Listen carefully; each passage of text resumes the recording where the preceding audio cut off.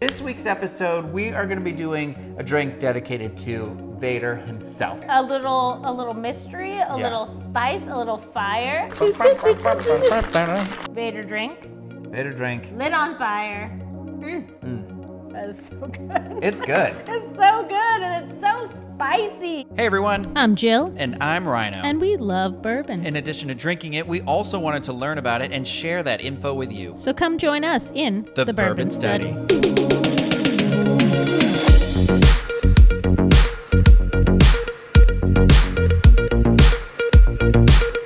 Hello everybody. Welcome back. You might have noticed how we're dressed today. We got some Star Wars on.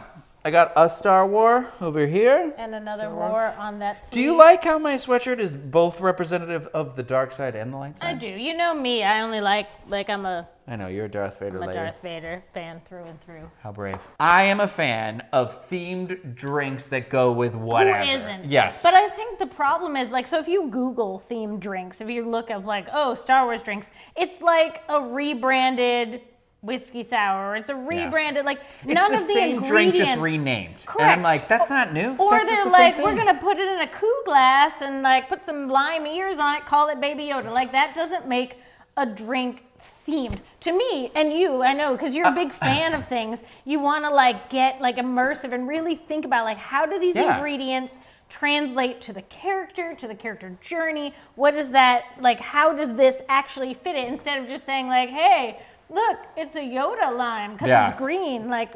It's part of the journey. You said it. It's part of the storytelling. So we are going to finally do a thing where we're just making, it's no history, no whatever. Literally, we made these just this last hour. We're going to do 2 episodes about this. We are going to give you 2 bourbon-based Star Wars-themed drinks. So we are going to start with Milady's favorite area in Star Wars, which, if you haven't guessed yet, is the dark side, and specifically Darth Vader. She is a big Darth Vader fan. So this week's episode, we are going to be doing a drink dedicated to Vader himself. A little mystery, a little spice, a little fire. We literally sat down. We said, what are the things you think of when you think of the dark side? When you think of, that you think of Darth Vader. Power, strength. Yep. And then I was like, fire. You're like, smoke, Anakin's gone a little crazy, so we need some nuttiness to this drink. Reenacted my favorite scenes. I said, I hate you,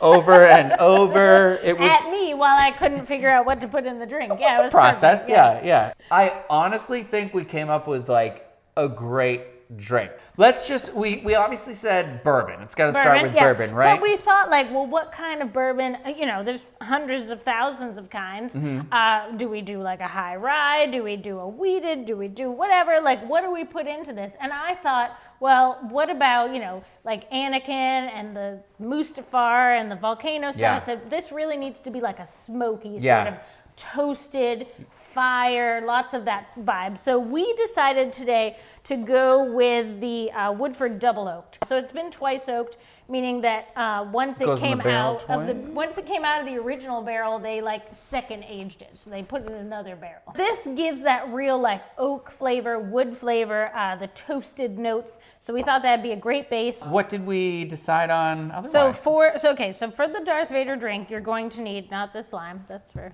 another thing.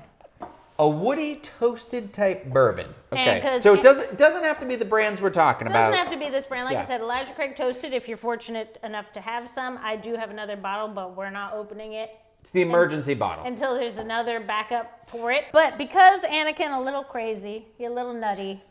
I was like, Jill loves her Di Serrano. This is college right here. Or some sort of amaretto. Any brand, if you want to get the bottom shelf stuff, doesn't really matter. The flavor note is almond. Yeah.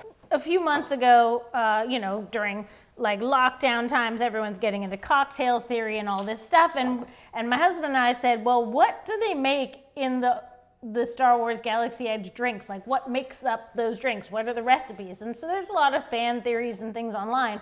But the number one thing that we noticed is that all of Disney drinks at all, in all of the parks, are made with Monin syrups. So we have a lot of Monin syrups now because we bought all the ones that we could find that were related to drinks that we were interested in. Our syrups that we used were dragon fruit. Yeah, we wanted something that could be red because we think of Vader. She said earlier, Mustafar. I think of like Vader's lenses in Empire and Rogue One. They're red, like to really get that the hue, lightsaber. but you not know, cherry. I feel like everybody was like cherry's grenadine. Cherry's overdone. Grenadines and Cherry's everything. Overdone. It's overdone. Yeah. Dragon fruit. And it's like exciting. It's Yeah. different. You're one of those where like everybody's like, ooh, You go dragon like, fruit, what dragon is fruit. this flavor? Also, it's the dragon fruit. A dragon, fire. I think of that sort of stuff. Even though this is sweet, you know, you still kind of. I feel like it fits. It fits. And then the last like syrup ingredient is hickory smoke. Now this stuff is very strong. It smells like a campfire. It smells like Spaceship Earth. Whew, thank Yeah. the Phoenicians you found that. You could also use liquid smoke from like the grocery store. Any sort of smoke flavor. We are going to be very sparing with this when we get to that part of the recipe. You could probably even smoke it yourself, You right? could, yeah. Okay. But because of the treatment we're going to do to the drink Yeah. on the finish, I think like smoking and then also doing the fire would not work as well. Yeah. Anyway, we also used some bitters. So because we love bitters. Of course, yeah. We were looking for like what's the right type of bitter. We decided to go with a barrel aged. So this is a classic like aromatic bitter Mm-hmm. that's been aged in a whiskey barrel. So in a bourbon barrel. This one is Blanton's barrel aged bitters. But any barrel aged, it just Yeah. takes that like those super spice aromatic flavor notes and sort of tones them down a little bit because we have a lot going on. So we didn't want to just go with a regular Angostura because Yeah. it's too much. So barrel aged bitters, amaretto, woody oak, bourbon, hickory, dragon fruit, and then we're going to finish. We've got an exciting finish. An exciting finish. We are going to use some super high proof rum, 151, of course, because you can light it on fire.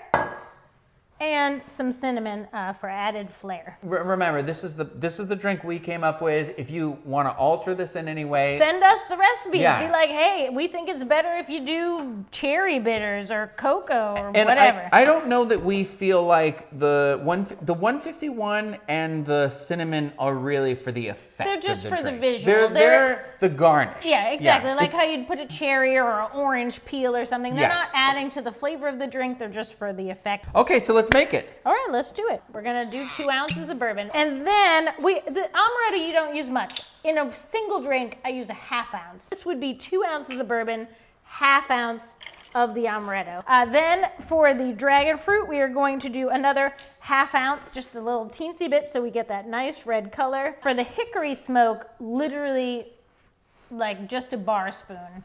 Which Because this smoke is one of those things that can You'd almost overtake really use quickly. it if you had an eyedropper like how the bitters have. I'd say about that much. So like less than a quarter ounce, probably an eighth. Like a little boop, boop. That's it. You can always add more. You can't take it add out. less. Yeah, exactly. And then for the bitters, we're gonna do like 1 strong eyedropper pipette.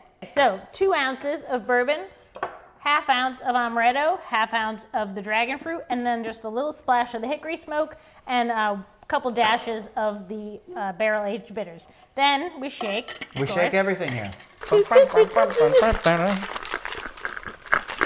Because we want these drinks to be as authentic as possible, we need to have the Imperial logo cup. And That's my left boob. Obviously, you need a fancy ice cube, and if you're familiar with any bourbon drink, they are round ice cubes, which is a Death Star. a Death Star. Of course. So red and so scary. But remember, we're not done yet. Yeah, We we're have not a done little yet. garnish. So what we're going to do, so for the high proof rum, you have to float it on top, which just means use the back end of a spoon to sort of, so you want to line up the spoon. Give me the other one, because that's the one we use for the thing. This big spoon? Yeah, this one's It's a like flat this is a spoon. flat spoon, but it works really great for layering, for this sort of purpose. So you want to take the end of the spoon and put it directly over the center of your drink.